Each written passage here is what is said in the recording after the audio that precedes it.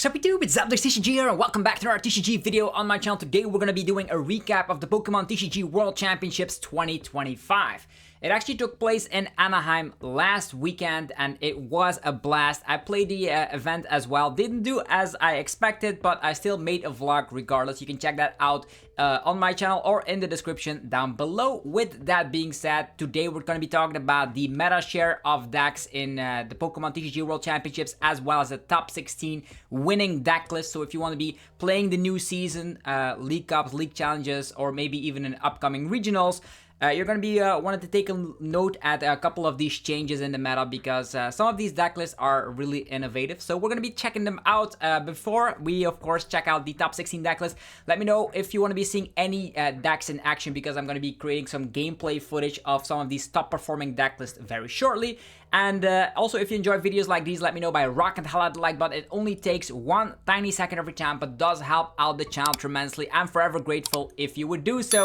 And with that being said, let's dive into the meta analysis. So we see here that Gholdengo EX was the most popular deck during day one of the Pokemon TCG World Championships, for good reason. Jellicent is actually helping that archetype out quite a bit. Black Bolt and White Flare were, of course, the mini sets being legal for the first time at the Pokemon TCG World Championships, and we did see that with the help of Jellicent and Air Balloon, that Gholdengo rose all the way to the top tables. The second most popular deck was Dracapult Dusknoir with 70% meta share. Then we have Gardevoir being at third place with 94 people picking that one up. Then we have Raging Bolt, followed up by Marnie's Grimmsnarl, and then Flareon Noctowl. So something that is not on this chart here that I was expecting as a big increase was Charizard and Joltic box. I didn't see them on the top most popular decks out there, but we will see a couple of them very shortly. So we also have the day 2 conversion. What do we see here is that Gholdengo rose even further to a 29%, actually even 30% if you round it all conclusively, meta share here, which is incredible. Also Dracapult, Dusknoir hang in there. Yeah, Raging Bolt increased a little bit, and a lot of Gardevoir flopped a little bit. So that's interesting, because Gardevoir in itself won the entire tournament with Riley taking first place. And we see here that it went all the way from 13% meta share to only a 9.4% meta share. Very interesting. Then Charizard, actually 6 people in day 2 with Charizard Pidgeot, and then yeah, straight Dracapult was also in there. So that is what the most popular data shows us. The conversion rate of Gholdengo was insane, and Gardevoir dropped off a little bit, but it actually won the event. Very, very interesting indeed. So we're going to be taking the first place winning list with Riley McKay from Canada, taking it all down. It was in the arena, by the way, so if you actually went to the World Championships, it was quite a treat for us with the arena having, of course, all the whistles and all the things you want, with yeah, a fantastic stage, fantastic casting as well. So it was very awesome to see that Pokemon actually yeah, improved the game and left all the other TCGs down in the dust, because Pokemon did its fantastic job right there. So I wonder if other card games will actually adapt to stuff like that with their championships, but Pokemon has, of course, an insane amount of money, so it makes sense that they're finally evolving to some crazy global esports phenomenon that we actually saw in the arena with Unite. It was a blast watching that as well, and we had Pokemon Go and the VGC as well, and the arena was packed with so many people that not everyone was able to watch in the arena because it was packed and was full. Yeah, the capacity was overloaded, so they will actually increase the capacity for San Francisco. So if you want, you can actually start purchasing tickets. I think it's like next month that you can already start purchasing tickets for the arena and stuff like that. So with that being said, Gardevoir here, what do we see here is that's no Jellicent. Even though Jellicent was a card that was introduced in Black Bolt and White Flare, having some extra depth to Gardevoir, this is a classic build, and it is not even playing stuff like like a Drifloon instead, going for a max out on the Munkidori, 4 copies of that, and 4 copies of Darkness Energy, making sure that you can always get that Darkness Energy drop down onto your Munkidori, because that's the most important card in the 60. We also see a double copy of TM Evolution, so if you do go second, you can get your Kirlia out ASAP. A Fluttermane, also make sure in something like the Mirror Match, you can go for some Munkidori in combination with the attack of the Fluttermane to take multiple KOs. There's also a TM Devo, which can really work with that strategy when you're moving all that damage around left and right, where you're going to be able to use 1, 2, or maybe even 3 Munkidoris in one turn. Then the TM Devolution becomes a very great play, definitely in some hard to win matchups like Marnie's Grimmsnarl or Charizard. What else do we see is the Lily's Clefairy, of course, helping out against your Dracapult and Raging Bolt matchup, and of course Mew EX, which is very good in this 60 as a Pokemon that allows you to draw cards. Only 1 copy of the Bravery Charm in there. And yeah, double rare candy. There's 4 Ultra Ball, 3 Earthen Vessel. So it's like a standard list of Gardevoir, 2 Arven, and then 2 copies of TM Evo to make up for that. So there is a world where you can just find, of course, your secret box, which stitches it all together. But the most important factor we can get away from all of this is that 4 Darkness Energies and 4 Munkidori Gardevoir winning it all. Then we have Justin Nudorf from the United States with Dracapult Dusknoir. So this is something I was up against a lot at the event, and the double jamming tower and most of these 60s really got me. I actually played Joltic box at the event and went 5-3. Not enough for a day 2, so quite an average finish, I would say, compared to my last Worlds run. With that being said, Jamming Tower, very strong. It shuts down tool cards, most in particular stuff like the Air Balloon in Gholdengo, stuff like the Bravery Charms in Gardevoir, and also it shuts down the retreat options, because if you use this against something like a Joltic box in combination with Itchy Pollen, Air Balloon does nothing, which means you can get trapped in the active position. We have Neo Upper Energy and also Hilda joining the Dracapult Dusknoir variant, allowing you to get an evolution Pokemon and an energy, which is great. The list also plays Munkidori as well, so if you want to spread some damage left and right, you can do so. So this is a 60 Halucha with extra ping power. We have the Munkidori with the Adrenabrain, and then of course the powerful Phantom Dive in combination with Curse Blast can actually win against every single deck in the format if you draw well enough. Gardevoir is of course still a scary matchup. Continuing on, Raging Bolt with Shizuki Nakagawa from Japan, and yeah, look at that. It is of course a very similar 60 that we saw at yeah, it's like a hybrid, right? We have of course the Noctowl engine of Raging Bolt, but they introduced a couple of these new inclusions. We have Chimpao that we saw at the Japan Championships. Very good to get rid of your bench Pokemon that are damaged. Think about like stuff that Munkidori's on the fan, Rotom for example. You can slap down Area Zero under Death and then slap down Chimpao to get rid of damaged Pokemon, which is great. I could see this also working out if something like a Phantom Dive hits one of your Raging Bolts and you still survive. You can just put it to the bench, use the Chimpao with a full bench with Area Zero and Depth in play, and then you can get rid of bench Pokemon. Also great to get rid of your Squawkabilly if you actually needed that in the first couple of turns. And there, you also saw that this 68 with Energy Switch is very good because you want to of course utilize the Thunderburst Storm. We saw that in, I think it was the finals of the junior division, where Raging Bolt really packed a punch with the Thunderburst Storm, sniping capabilities. No Shaymans around, note that down. At Worlds, people didn't think it was necessary playing Shaymans, but yeah, without Shayman, the baby Raging Bolt actually has a field day, and also this 60 is coming back with Turo for some Maractus trapping protection. So you can think about, oh, some people are running Iron Leaves in the Raging Bolt list, but if you start with that, I can lose you game. So I'm a bigger fan of the Turo in here, which also has some synergy by getting rid of damaged Pokemon. So yeah, Raging Bolt, third place right here. Then we have Yunya Tanaka, also from Japan. So 2 people from Japan in the top 4. And we see here Charizard Pidgeot. This Charizard Pidgeot list is also coming equipped it with the Mist Energy to protect yourself from some TM Devo plays.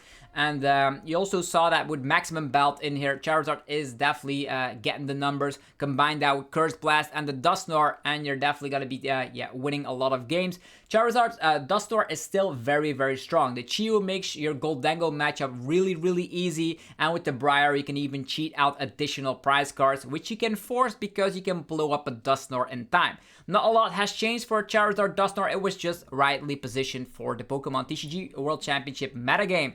Oent from Finland also was able to put Charizard at the top tables. 5th place, Charizard Dusknoir here. And this actually is playing a Squawkabilly because sometimes you want to be, of course, going turbo. Also playing access to Secret Box.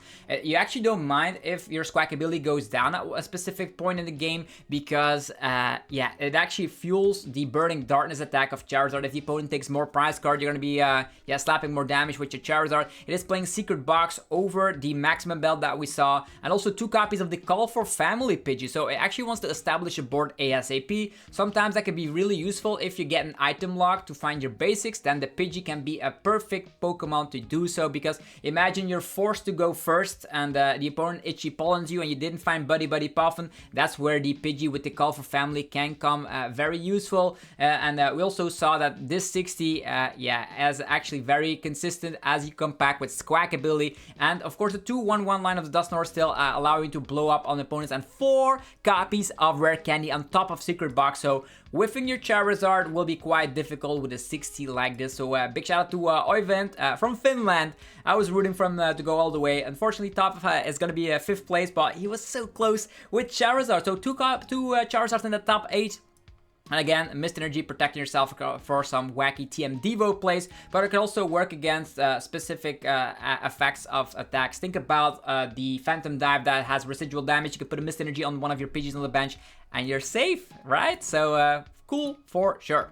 Then another contender, 2 copies of and Zoroark in the top 8. We have Matthias from Poland, of course, with the and Zoroark. So it's a very cool list. Having some Ogerpons in there. We have the Wellspring Ogerpon. We have the Cornerstone Ogerpon. Cornerstone is going to help out against your Gholdengo matchup. You're going to be utilizing the TM Energize in order to, of course, power up your Ogerpon with that. You also come back with Night Stretcher, which actually gets your Ogerpon back, and that's going to be enough to win yourself the Gholdengo matchup combined with a high amount of Monkey Dory. What else do we have is, of course, the Zoroark EX with, of course, the trade ability, allowing you to, of course, draw into your deck very smoothly. You have the copy pasting of the powerful Rage of a Reshiram, so if the opponent is not able to have land a one-hit KO attack, they're gonna be sorry for sure. You also have Wellspring Ogerpon in here for some SOP capabilities. The SOP is gonna allow you to stall out until, of course, the opponent doesn't... if they don't have a switch out, they're gonna be sorry. There is no Sparkling Crystal or Water type energy in here. It's just in there to make sure you can SOP lock the opponent until you're ready to strike. And with, of course, Monkey Dories at your disposal as well. 3 copies of that, might I add, and an energy switch. There's a lot of things you could do. So, and Zoroark seem to be well positioned for this event as well. Piper Lapine from United States with Gholdengo. So Gholdengo, of course, with a 30% meta share. It would be strange when Gholdengo didn't make a top 8 slot. We have this Gholdengo here with the Strike Back Gholdengo as well, the one prize Gholdengo, and of course the return of Togekiss with, of course, drawing an additional prize card, as you see here. Yeah, if you flip a coin and if it heads, you can take an additional prize card. There's 1 Togepi in here, 1 Rare Candy, and 1 Togekiss. So that's really helping out in the mirror match, but also against more difficult matchups where you, of course, can cheat out additional prizes with that mechanic. Very awesome. We have the Tool Scrapper working out against Drifloons if you're up against Gardevoir. Also can knock off stuff like Maximum Belts if you're up against something like a Charizard.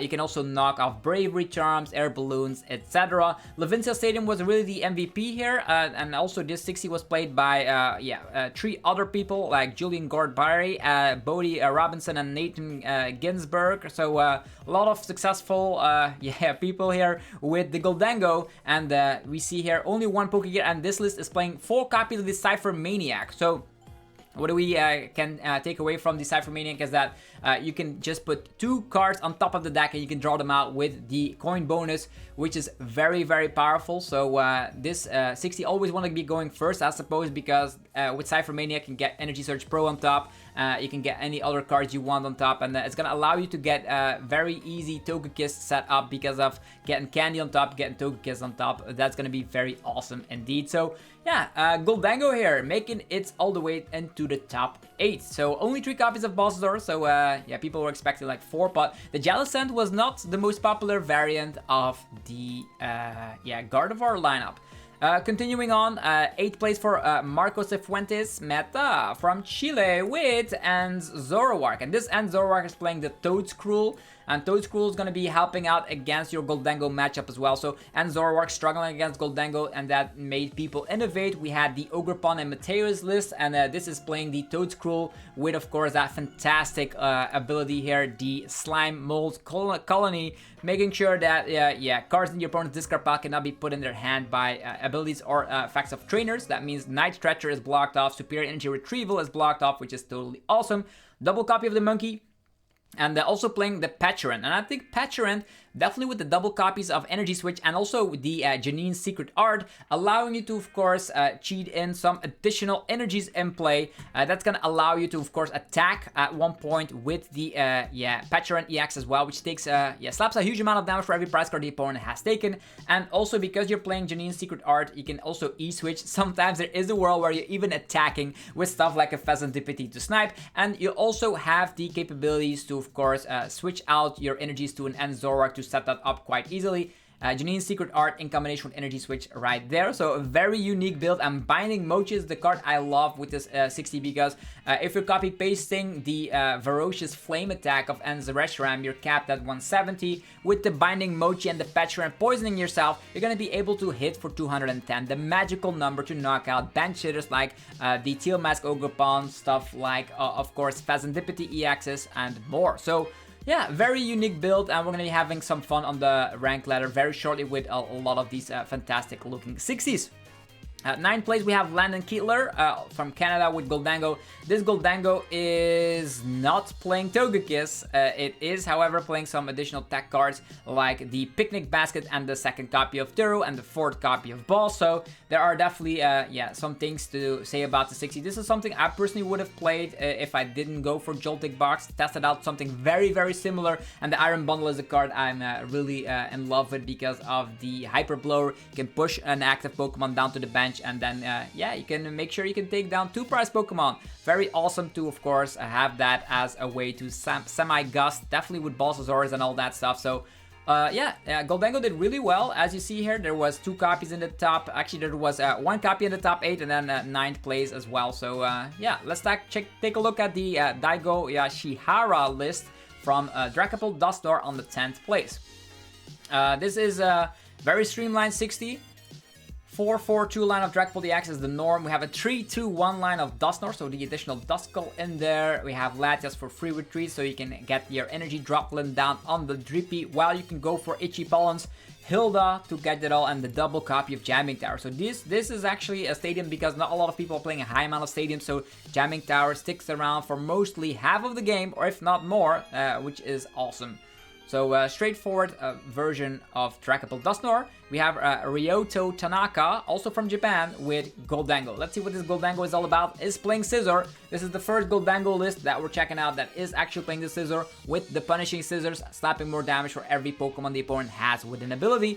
2 copies of the Brock Scouting in here as well, so respecting the item log that potentially could be bringing your way. And a lot of the Gholdengo players were taking in the Tool Scrapper, which was actually the tech card for the event, as it can knock off Air Balloons, Bravery Charms, and Maximum Belts and all that stuff, which is awesome. So 2 copies of the Picnic Basket, as well as playing Monkey Dory. So they are prepared for some spread mechanics in this Monkey Dory format, with Marnie's Grimmsnarl being one of your more difficult matchups if you don't tech in some of these cards. So there's that. Continuing on, we have Matt Bachnes from United States with Charizard Pidgeot. So Charizard Pidgeot, a lot of them in the top 16. And this is actually playing the Pichu. This is actually very awesome. People at Worlds innovating. We have Eaton's Pichu. You can slap 30 damage for 0 energies, and you can draw a card as well, so that's awesome. This is gonna help you out to knock out those pesky Budus. So you only play 1 copy of TM Evolution, so there's that, but sometimes you can just take prize cards. If the opponent has a Cleffa in the active, if the opponent has a Budu in the active, you can start swinging with the Eaton Speechu, which is gonna be very, very awesome. Again, Mist Energy as a one-off, and most of these Charizard lists coming back with Maximum Belt, the Briar in here as well. So the most innovative thing from this 60 is of course the Eaton Speechu. Then we have Estaban OM, if I pronounce it correctly, from Chile, Gholdengo again. Again, we see the Scizor, but also the Genesect with the Ace Nullifier. So if you're playing a high amount of these air balloons, which we do see here, 3 copies as the norm, you're going to be able to, of course, shut down the opponent from playing any Ace Pack cards. Think about Energy Search Pro. Very awesome to shut down Secret Box and a lot of these popular lists. And also Neo Upper Energy being shut down instantly seems like a very great plan indeed. We also have an Iono in here. Not a lot of Gholdengo players actually tagged in Iono, so this is one of the very few we see. But most of these cards are very similar. Also playing some continuous coin toss gimme ghouls here, where we did see most of the people just winning with the minor errand running as the maximum copies of the gimme ghoul. So Tool Scrapper also in every single Gholdengo list I've taken a look at so far. Then we have Calvin Connor doing very well in the 2025 season and finishing off with a top 16 finish with Gardevoir. This Gardevoir 60 is also not playing any Drifloon. It is not playing Jellicent. It seemed that Monkey Dory was the way to go with Gardevoir altogether. With stuff like the Monkey Dories, you're going to be able to, of course, put damage. Yeah, we also see Drifloon here. Okay, this is the first Drifloon I'm taking a look at. Also coming back with double Bravery Charm, so I was wrong in that regard. This is the first Drifloon in the top 16. And also 4 Monkey Dory, 4 Darkness Energy. So people are just, we went from 2, then to 3, and now 4 Monkey Dory and 4 Darkness Energies. It seems people are really respecting the power that the Adrenal Brain brings to the deck. And Jellicent, nowhere to be seen in the top 16. So it is, Gardevoir, Classic Guardy, seemed to be the better way to go. Then we have the list from Benny Billinger from Canada as well. Dracapult, Dusknoir. Okay. Unique list with the L-Gem. L-Gem allows you to transfer an energy from one of your opponent's Pokemon to another. That can be very useful if you're up against a mirror match where they can just move the energy around. Let's say the opponent put a Neo Upper Energy on one of their Dreepies or something. You can move that around, and at one point they will not, they will actually whiff a turn. Specific archetypes out there. I don't know where the L-Gem is best used because maybe up against something like a Charizard, I would say, but Dracapult already has a great matchup against that. I would wonder if you guys know where the L-Gem was most useful in. Maybe it can be very funny to just move energies from, a Baby Raging Bull while you're setting up, but Itchy Pollen seems better. Who knows? L-Gem has a very cool tech card, all the rest seems the same. Double Jamming Tower, Hulucha, Monkey Dory, all the classics, and a late game Blood Moon, Ursaluna. Then we have top 16, Aaron Arturo Aguera Osuno from Mexico with Gholdengo Joltic. And we did see that as well in, I think it was it the senior division where, no, it was actually in, was it the senior division? I would guess. Yeah, it was the senior division up against Gabriel Fernandez, yeah. Where Gholdengo Joltic was won in the senior division by a Chinese player, very awesome as well. We see here the Gholdengo, but then merged together with a Joltic package. So we have no rainbow action with the Energy Search Pro, instead just going for 4 grass, 4 lightning, 3 metal, and that means that this 60 can actually go, if you go first, you can focus on Gholdengo, if you go second, you can focus on Joltic and the Iron Hand, so you can go swing a little bit both ways, and that's a little bit of a hybrid version of a 60. We also have the Brock Scouting, allowing you to, of course, get 2 basic Pokemon, very awesome, or just an evolution Pokemon if you want that, but very awesome to get like Joltic and Latias EX if you want that, just 2 basic Pokemon and put them in hand. Also very awesome against stuff like Item Lock. I wonder how this 60, and this is also something I need to check on the channel to see how good it actually is, because it did win in the senior division. So that's the top 16 deck list from the Pokemon TCG World Championships. We also saw in top 32 some straight Dracapult, Gardevoir, Gholdengo. It seems that, yeah, Raging Bolt was also around, but I want to see if most of them were actually playing with the Noctowl engine, if I take a look at that. So Noctowl is going to be the norm with Raging Bolt, a bunch of Gholdengos popping off. We also saw another Guardy here, and that's also not playing any Jellicent, so that means that Jellicent maybe it could come back at one point, but it seems like the top 32 was stuffed with Gholdengos, Gardevoir, and Raging Bolts and Dracapults, and those are actually the most popular decks in the room. I have seen no Marnie's Grimmsnarl in the top 32, so that's very surprising, because if we're taking a look at like all the decks out there, there's like Gholdengo, Dracapult, Raging Bolt, Gardevoir, Charizard. Marnie's Grimmsnarl was a little bit around, but it seems like Zoroark performed way better with conversion rate. So that is very interesting, because going into this event, people thought that Marnie's Grimmsnarl was actually a tier A or a tier S deck, but looking at the results, we can actually have to put it down to like tier B. But maybe that means that it can come back because Gardevoir won the entire event. Also, a huge shout out to Alex Szymanski with a Terra box, noting to self is that everyone left their Shaymans at home apparently in Anaheim, and that means that yeah, the Wellspring is the way to go. This also is playing a 1/1 line of Leafeon EX as the grass type attacker in the 60, helping out against Charizard, Zoroark, as well as Marnie's Grimmsnarl. So there is that very unique build, also something we might have to test out on the channel at one point. So yeah, this was the Pokemon TCG World Championships. Let me know down below how you felt about the event. For me personally, it was one of the better events I attended. We of course saw people from all across the world, and it was also the first time that I actually played against someone from China. China also winning in the senior division, despite the fact that they had to play a completely different format because they're like a little bit behind us at the moment in their meta game. So that's awesome to see. And also the arena was unmatched. This was the best experience to enjoy a card game ever. The graphics on the stadium were insane, and I want to see more innovations from Pokemon like that, because people adored it like heck. Anyhow, if you enjoyed the video, let me know by rocking the hell out of the like button. It helps out in many ways to support the channel. I'm forever grateful if you would do so. The new season starts, and I'll be attending some local events to celebrate the new season, as well as, of course, the Frankfurt Regionals in 3 weeks. So let's do it all over again and try to qualify for Worlds 2026 over in San Francisco. Also going to be with a fantastic arena, so you want to be there. So whether you're a competitor or not, Worlds is for everyone. You can also spectate, so take a look at the information that Pokemon is pushing out on their official website, and maybe I will see you at one point during one of the events. Have yourself a fantastic rest of your day. This was TCG. I'm signing out. Have yourself a fantastic day, and I'll see you guys tomorrow. Peace.